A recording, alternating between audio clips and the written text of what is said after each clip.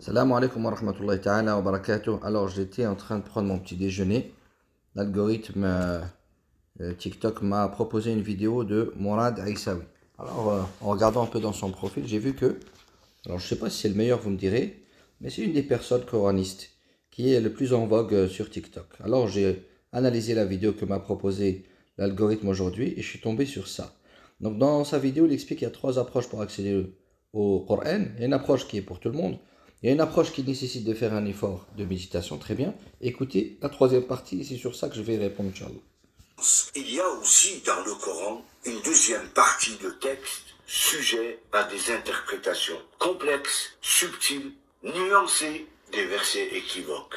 Là, tu dois faire appel à la troisième approche, l'approche savante. Nous avons besoin des savants pour mieux comprendre le Coran. كتاب أنزلناه إليك مبارك ليدبروا آياته وليتذكر أولو الألباب.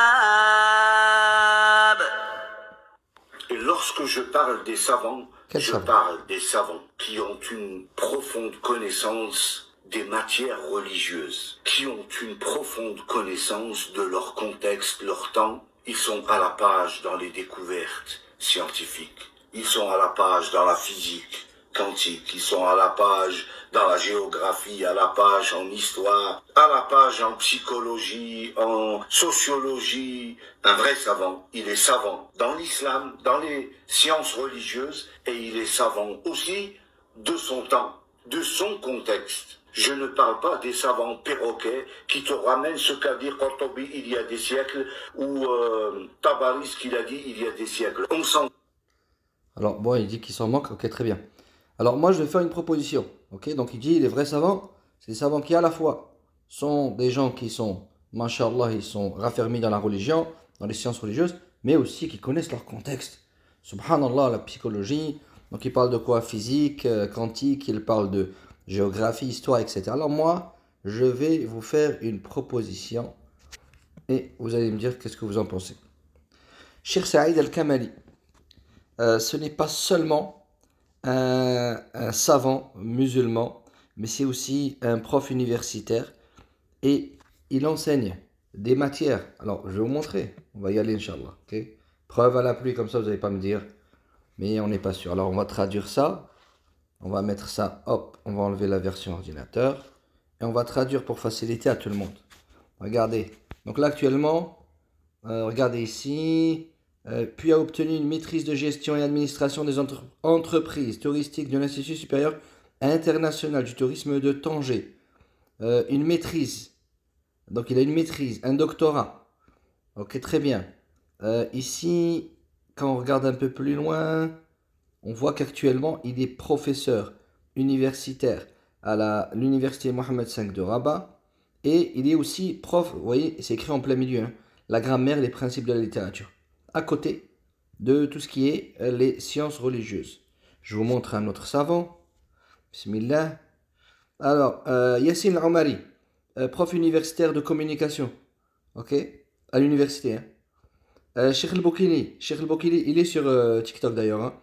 Hein. Ce cheikh-là, il était prof de mathématiques. Et mais il maîtrise toutes ces choses-là. Vous connaissez Hassan Iqiyoussen. Hassan Iqiyoussen, il arrivait jusqu'à un DEA d'histoire. C'est-à-dire qu'il avait une maîtrise d'histoire. Et ce qui est évoqué, c'est que son prof de doctorat, il est mort pendant son doctorat. C'est pour ça qu'il n'a pas finalisé son DEA d'histoire. Issam Al-Bashir, ingénieur d'État. Issam Al-Bashir, ok? Allez chercher. Oh, je peux vous montrer, attendez. Peut-être que je l'ai peut-être que je l'ai mis parmi mes notes, on va voir. Issam Al-Bashir, il l'a regardé. Alhamdulillah, il me facilite même la chose. Donc, je vais vous traduire ça en français. Comme si nous, les musulmans, on n'a pas de gens qui ont des diplômes académiques. Regardez, ingénieur d'État en communication. Rejoint la faculté des lettres et des sciences humaines de Rabat. Donc, on n'est pas en reste, quoi. Allez, vous m'avez parlé de physique aussi, hein? On va voir la physique. Bismillah, Cheikh Najah. Ni'am al-Rajul.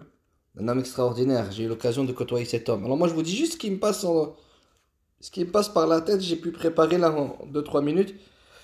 Cheikh Najjar, regardez ce qu'il y a écrit tout en haut. Doctorat en sciences physiques obtenu en 92. C'est un des meilleurs imams qu'on a en France. Et tous ces gens-là, bien sûr qu'ils ne sont pas coralistes. Et bien sûr qu'ils respectent At-Tabari, rahmatullah alayh, un des plus grands mufassirin. C'est juste que les gens ne savent pas lire son tafsir. Ils n'ont pas lu que dans son introduction, il a dit je vais vous relater tout ce qui a été évoqué dans le sujet. C'est à vous de faire vos recherches concernant le sanad. Il y a plusieurs manières de faire tafsir. Khair, Inch'Allah. Yahfadakumullah. Assalamu alaikum.